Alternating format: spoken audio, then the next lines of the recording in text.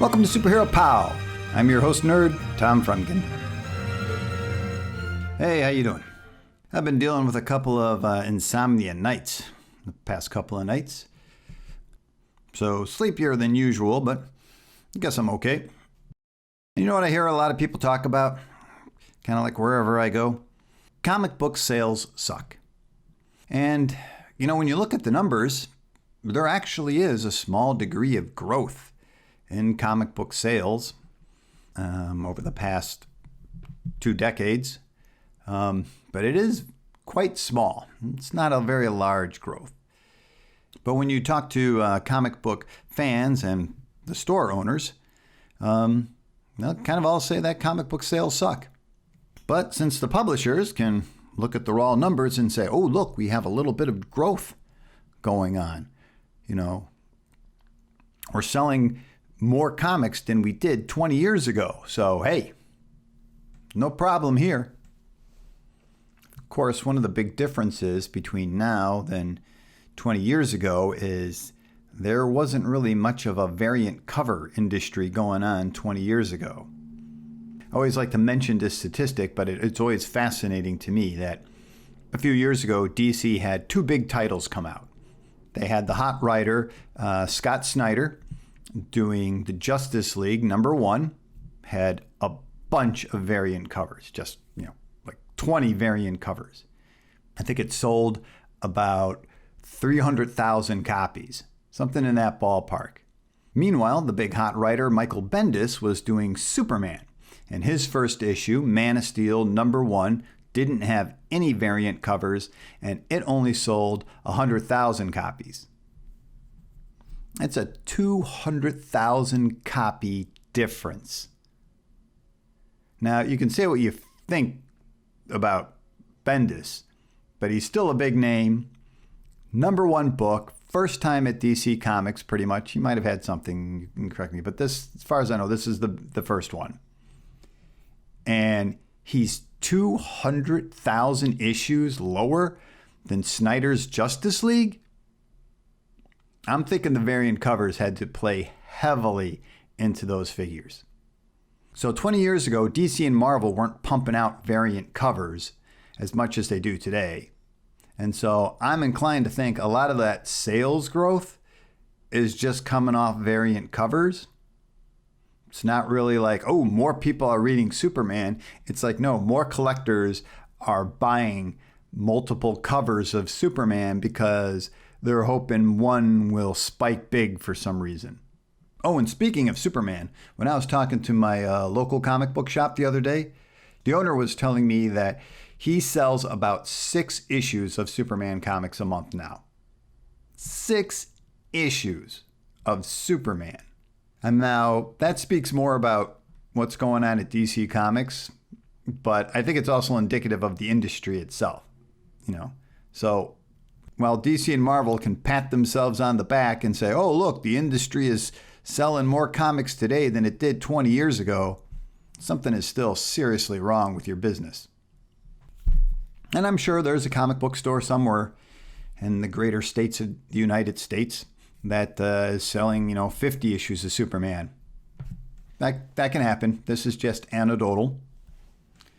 And if you're unfamiliar with anecdotal, I feel like I'll mention it. Anecdotal means in like one case, one separate case, something happens. But this is a good store I go to. It's fully packed, huge wall of new comics. He sells plenty of other things, but Superman is dying on the vine for some reason. And it's just getting to that point. It's not like it's always been dying on the vine. But yeah, the industry just seems to be propped up by variant gimmicks these days.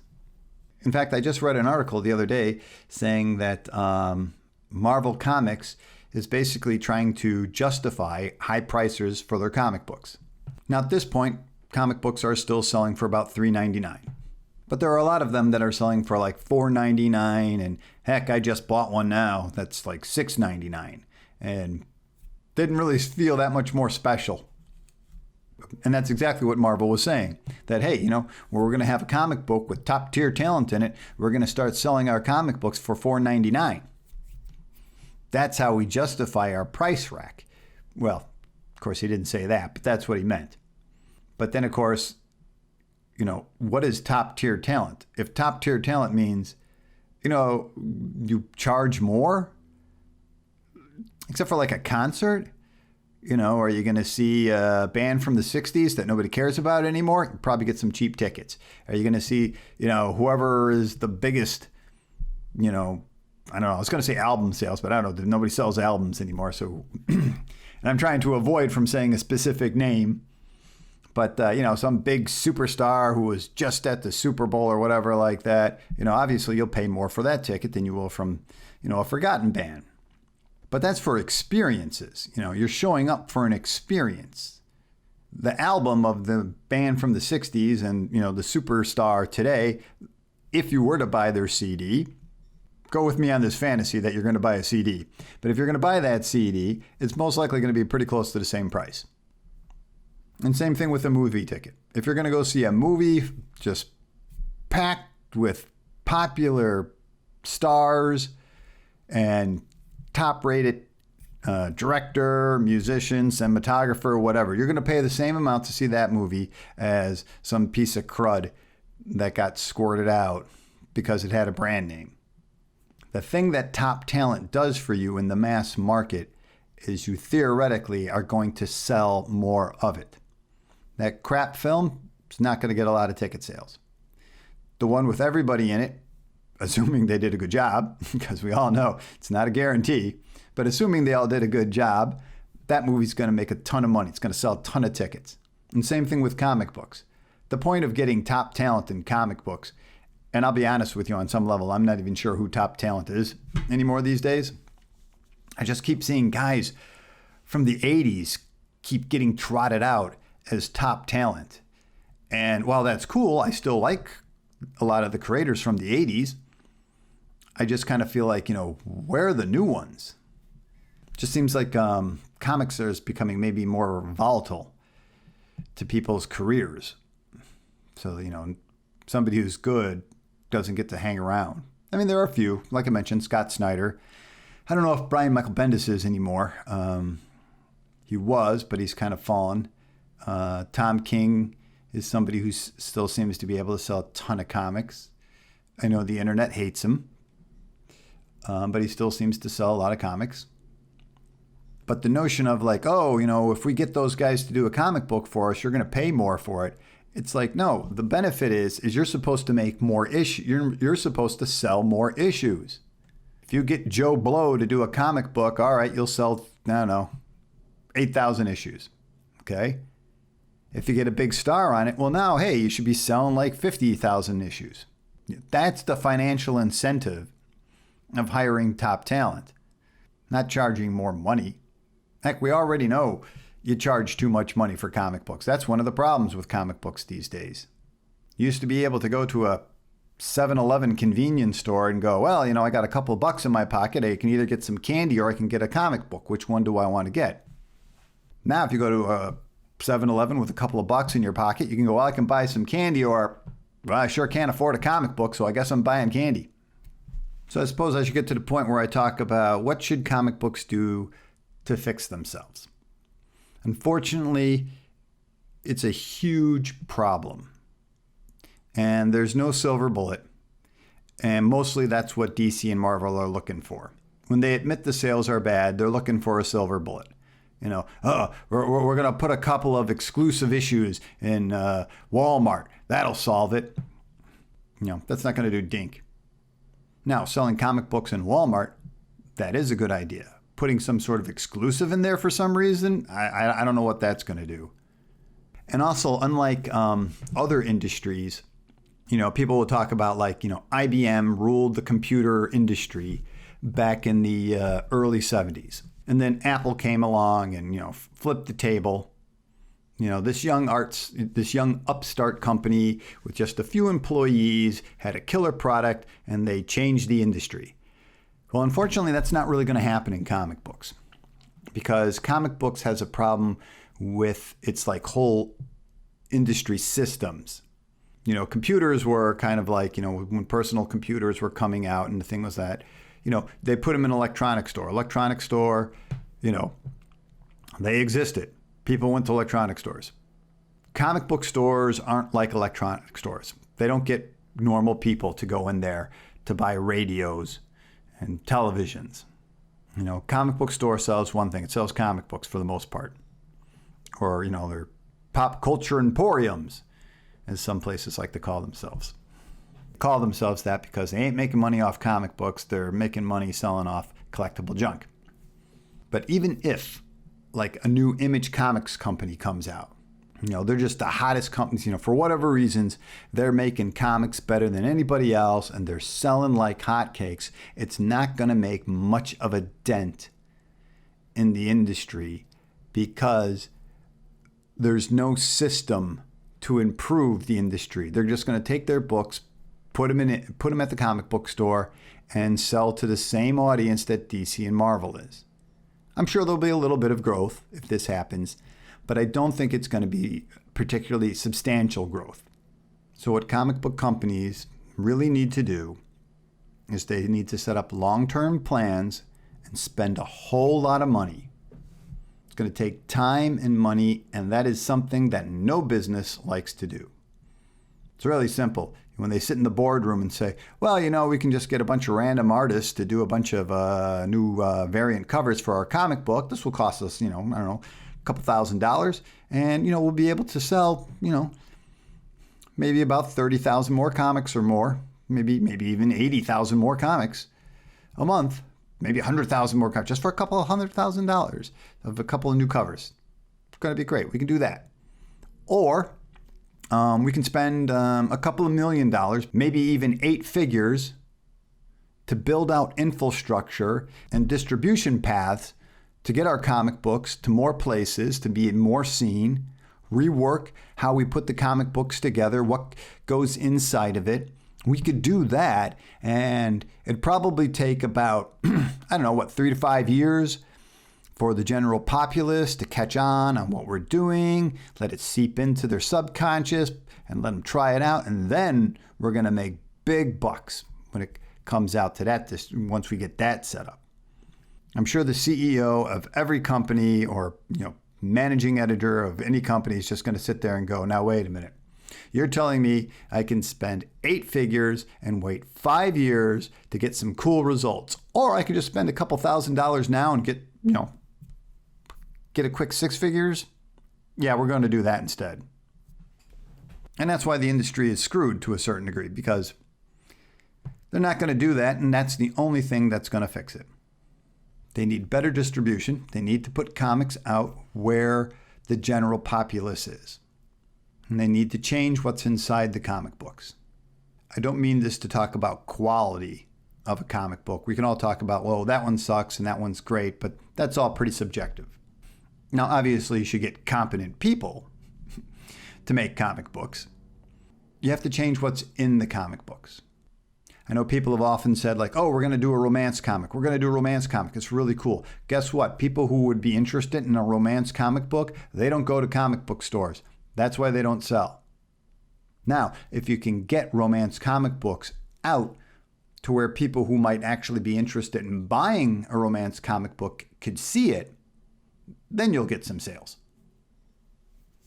Same thing with a lot of kid comic books. They're always like, oh, we make a general audience comic book of like the X-Men or something, and, it doesn't sell. Well, of course it doesn't sell. The audience you're looking for is not at the comic book store.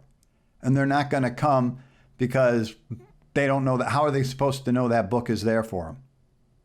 Not to mention you got the double-edged blade of, kids don't want to buy the general audience X-Men. They want to buy the X-Men.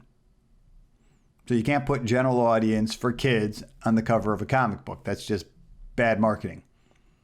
But moreover, it needs to be someplace where a kid is going to find it and want to buy it.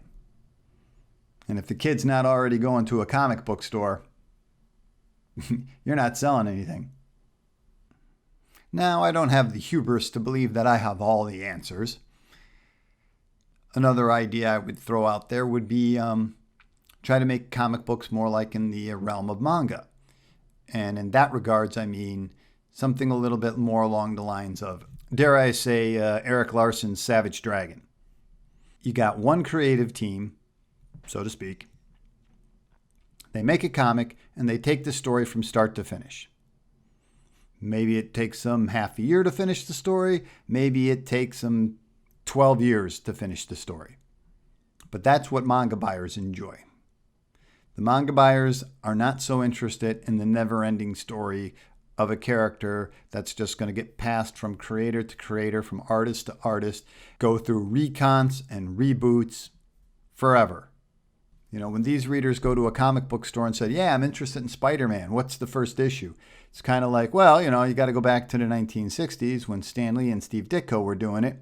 And that comic book has basically no bearing on what's being done today, except for the fact that the character's name is Peter Parker Spider-Man. Oh, wait. Sorry.